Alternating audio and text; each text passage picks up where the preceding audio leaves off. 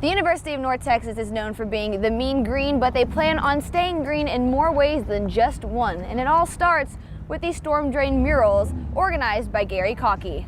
That's right, Courtney and Alex, there has been a lot of controversy in the country lately over statues that are depicting Confederate figures. Now, the Denton County officials have recommended that the statue here on the square remain standing. But with the debate still being a hot topic, nothing is set in stone. Thanks, Drake and Kennedy. Well, with these cold temps coming in across North Texas right now, we put together a few tips for you to make sure that you are safe on the road during this winter season.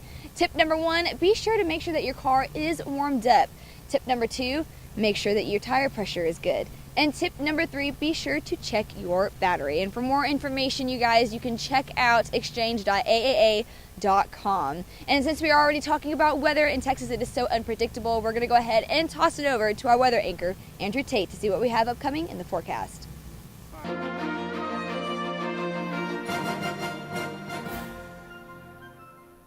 Thanks for joining us on NTTV News at noon. I'm Wendy Starks.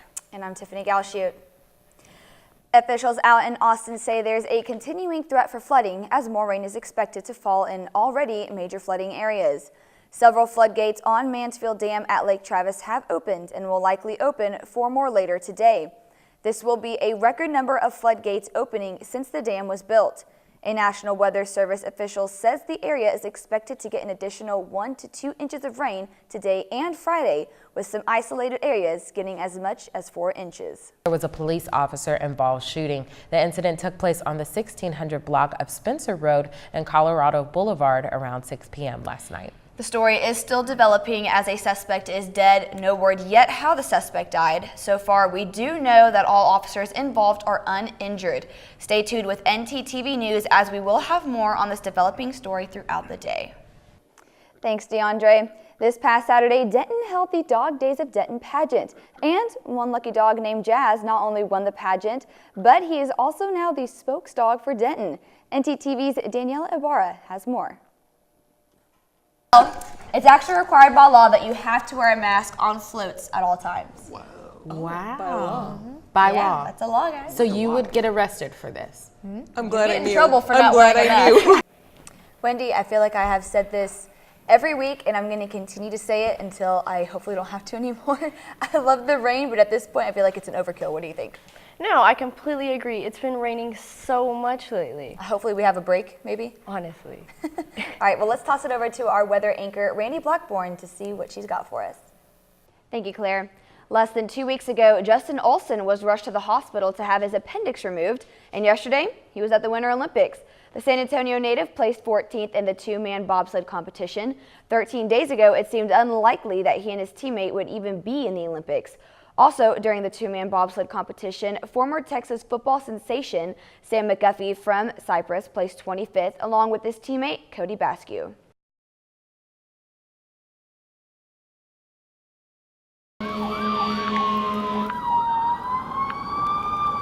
A day in the life of an officer is not what you think, especially an officer in a leadership position such as Lieutenant Martin Galchutt. Currently, I'm what's considered an administrative role. I'm over several different areas in our department. We're a smaller department, but I'm in charge of patrol, traffic, canine, and animal control. And so I oversee between 20 and 30 people on a daily basis. So I have like kind of dual roles. I'm over all the operations, and I have an administrative responsibility too. Along with responsibilities at the station, Lieutenant Galchutt believes he and fellow officers have a responsibility to the people as well. I'm actually wearing one of the bands right here that signifies there was a Dallas officer that was killed last week. We all know it's a risk when we get into the business, so we are prepared for that. One thing I will say though to the people that say when that happens, well, they knew that and they signed up for that. No, officers do not sign up to get killed performing their job, but it's a risk that we know is a potential, and somebody has to do it. Officers serve and protect, but they also do normal everyday things like eat lunch, for instance? Funny is I eat lunch. A lot of people early on in my career, when I was in uniform on my lunch break eating lunch at a restaurant, people came up to me and they said, they let you guys eat too? And it was kind of a reality check for them and for me that people really do kind of dehumanize us and think that we're robots. And I was like, my response was, yeah, well, we eat, we sleep, we have families, we attend events outside of work. So just the normal, average, everyday things we're people too, and we do those things. I say a prayer, think of my family, for them not to worry about me throughout the course of the day. So just little things like that. It means a lot to carry on a family legacy and to try to give back to the community and make things better for everyone. It's probably the most important job there is. It's a necessary job, and I've always felt that somebody has to do it. There's more to an administrative officer's day than meets the eye. And after a busy day, Lieutenant Galchutt ends it on a sweet note. NTTV News, Tiffany Galchutt. Bon appetit. If you've ever been to a team building event, you've typically experienced Escape the Room or Topgolf. But a new and unique concept has arrived in Dallas called Team Building with Taste. Guys, welcome to Team Building with Taste. I'm Joey Aletti. I'm the executive chef and general manager here.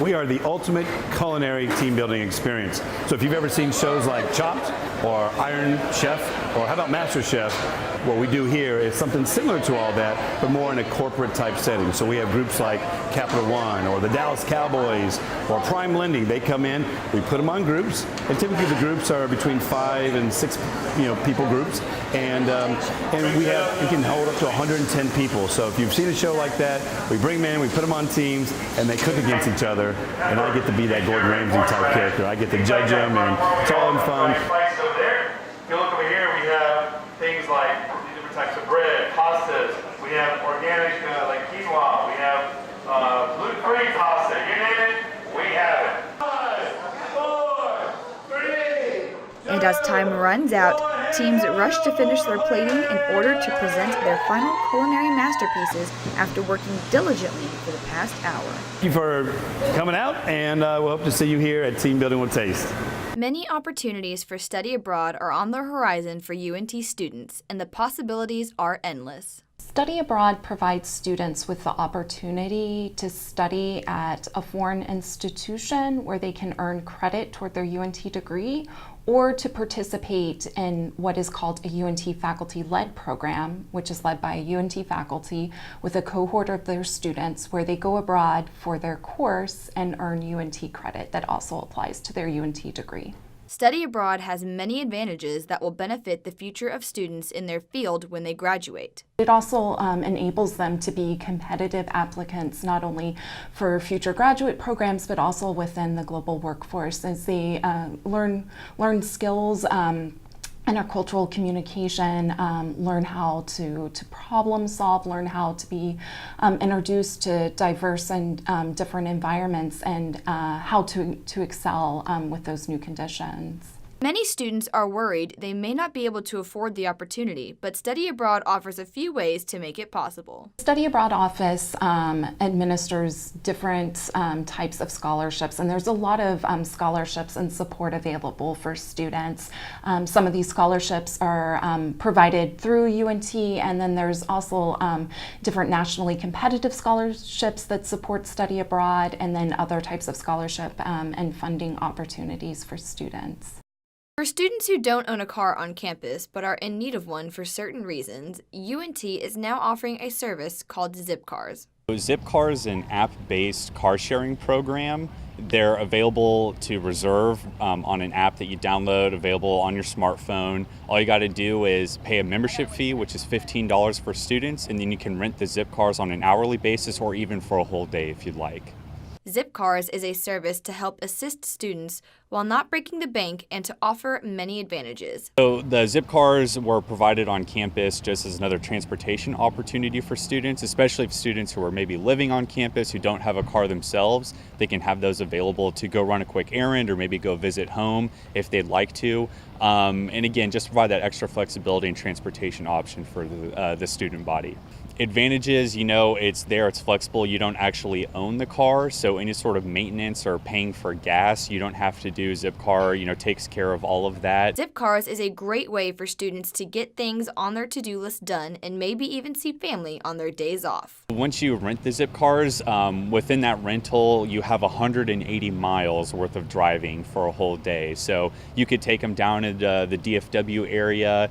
If you live pretty locally, you can go back and visit home, and there's plenty of attractions in and around Denton, so wherever you need to go within that 180 mile radius, it's there for you to be able to use.